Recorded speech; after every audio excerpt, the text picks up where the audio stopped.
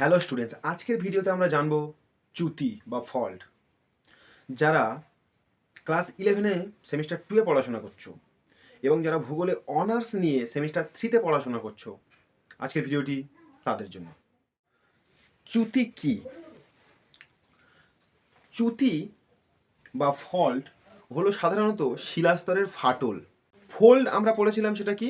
সেটা ভাঁজ, অর্থাৎ এক ধরনের ভাঁজ যেটা শিলাস্তর চাপ সহ্য করতে না পেরে ফেটে যাবে।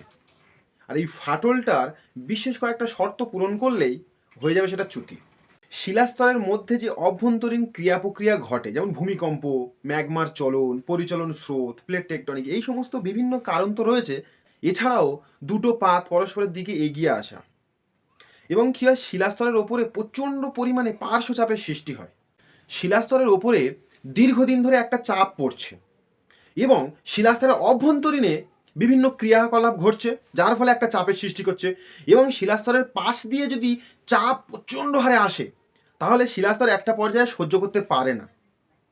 তখন কি হয়, এই যখন সহ্যের সীমা যখন পার হয়ে যায়, তখন শিলা ফেটে যায়।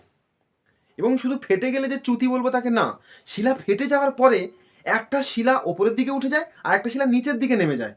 এই পর্যায়টাকে আমরা বলবো চ্যুতি বা ফল্ট। এই পর্যায়ে একটা শিলা, এই যে শিলাটি রয়েছে, এই শিলা দুই দিক দিয়ে পার্শ্বচাপ, এবং অভ্যন্তরীণ চাপ আছে।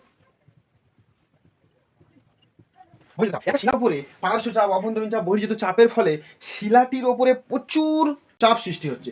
এই শিলা একটা পর্যায়ে এই ধরনের সমস্ত চাপ সহ্য করতে না পেরে শিলাটা কি হয়, একটা পর্যায়ে ফেটে যায়। এই পর্যায়ে বরাবর মনে করো ফেটে গেল। তাহলে শিলাটি যখন এই পর্যায়ে যখন ফেটে যায়, ফেটে যাওয়ার পরে একটা অংশ ওপরের দিকে উঠে একটা অংশ নিচের দিকে নেমে আসে এবং এর যে স্থান পরিবর্তন করলো, এই স্থান পরিবর্তনকে বলা হচ্ছে চ্যুতি। এই পর্যায় থেকে এই পর্যায়ে চলে আসলো, অর্থাৎ দুটো অংশ ছিল, দুটো অংশ অতিরিক্ত চাপ সহ্য করতে না পেরে একটা অংশ নিচের দিকে নেমে গেল, একটা অংশ উপরের দিকে উঠে গেল। এই যে স্থান পরিবর্তন ঘটেছে, এই স্থান পরিবর্তনকে বলা হচ্ছে ফল্ট বা চ্যুতি। এই ছবিটা অঙ্কন করেছি তোমাদের বোঝানোর জন্য, যে চ্যুতির বিভিন্ন অংশ চিহ্নিত করার জন্য। দেখো, এই ছবিটার মাধ্যমে আমি চ্যুতির বিভিন্ন অংশ চিহ্নিতকরণ করব। তোমরা এই ছবিটি দেখলে বুঝতে পারবে যে চ্যুতির দুটি অংশ, একটা নিচের দিকে নেমে গেছে, একটা উপরের দিকে উঠে গেছে। এই ওপরের দিকে উঠে যাওয়া অংশকে বলা হয় পদমূল প্রাচীর এবং নিচের দিকে নেমে যাওয়া অংশকে বলা হয় ঝুলন্ত প্রাচীর।